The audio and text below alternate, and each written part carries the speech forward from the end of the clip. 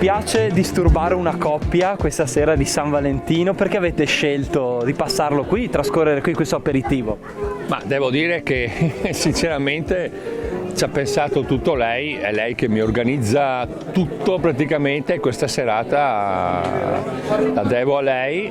Ci siamo sentiti un po' in panne all'inizio perché abbiamo trovato questo gadget su qua, pensavamo che era dovuto alla nostra età, diciamo, invece no, vedo che C'è proprio il simbolo vero qua della Boccon. E la signora che cosa ci dice questa sera? È contenta dopo 2 anni di pandemia, finalmente una bella serata di San Valentino fuori? Siamo usciti ed è bellissimo perché è tutto pronto, questo è importante, anche è buono. E allora... E come sta andando la serata? Ma sta andando bene, tra l'altro è la prima volta che veniamo qui. È carino, una bella idea, una serata un po' diversa, dai.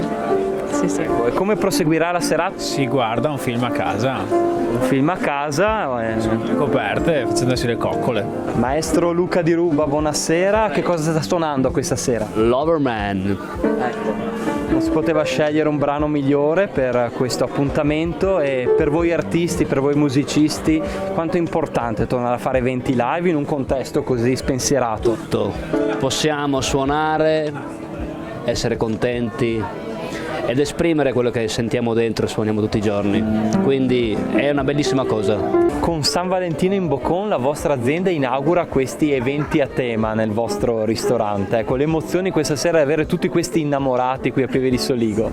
No, speriamo anche che siano innamorati di noi, che così continuino a seguirci. A sostenervi, e quindi qual è il vostro progetto adesso? Che cosa farete da qui ai prossimi mesi?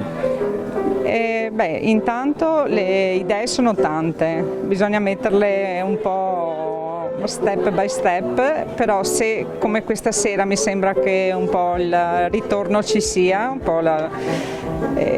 quindi penso di continuare un po' su queste serate a tema, diciamo, ecco. Accompagnate sempre dalla musica, perché a me piace molto l'abbinamento cibo-musica. La gente ha molto bisogno dopo questo periodo di pandemia di ritrovarsi, di farlo in un contesto conviviale come questo, con degli stuzzichini, perché qual è il programma di questa sera? Offri l'aperitivo al tuo compagno e poi la Boccon cosa mette? La Boccon mette gli stuzzichini e la musica, e così ci amiamo insieme, diciamo. Ecco. Progetti futuri e le prossime occasioni quali potrebbero essere? Potrebbe essere la Pasqua, potrebbe essere forse anche il Carnevale o l'inizio della primavera, insomma, vedere come progettarlo al meglio. Questo per le stagioni, però ci sono anche già degli eventi di cui non so se posso parlare adesso, ma insomma, perché non ho ancora tutto chiaro, delle presentazioni di libri o di cose di questo tipo, insomma, ecco. Allora, buon San Valentino a tutti. Anche a voi.